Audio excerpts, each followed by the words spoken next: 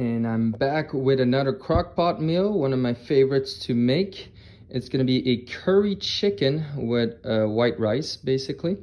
Here are all the items. So there's gonna be a little bit of wine.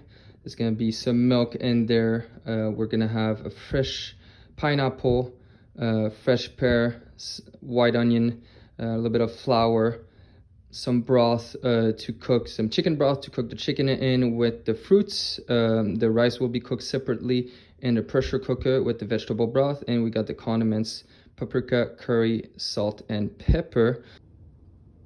Just got done chopping all the fruits and the chicken, cutting the chicken in cubes and the rice. Right now in my crock pot, I got the pineapples and the pears cooking in the chicken broth on high. It was one pineapple, about 480 grams, and the two pears were about 340 grams.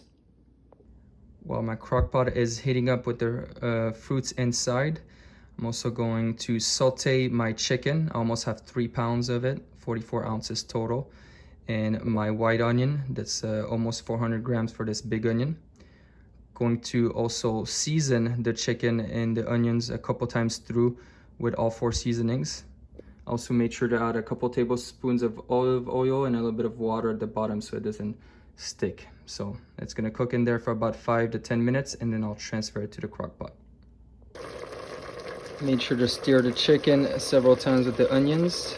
It's been sauteing for 10 minutes. It's ready to go in a crock pot. I'll get fully cooked by spending a couple hours in there. So in this crock pot, you can see the chicken with the fruits cooking. I did add a little bit of salt, pepper, and paprika, and mostly added curry to give it more taste. And I'll probably do that a second round.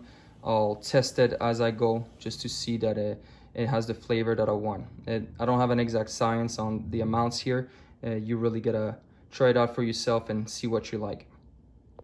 Now that the meats and the fruits are cooking in crock pot, I put my rice in my Instapot again, but this time I'm gonna pressure cook it for 4 minutes. So right now it's just heating up.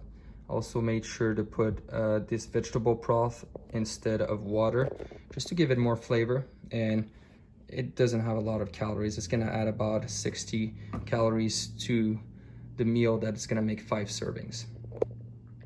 So to add some more taste to this recipe, I added 120 milliliters of this cheap white wine, Chardonnay. That's 4 fluid ounces. Same amount of milk right here, 2% milk to give it some creaminess. Some heavy cream would be even better, but I don't have any, so that will do. And also 2 tablespoons of this white flour, again, to make it a little bit thicker of a sauce.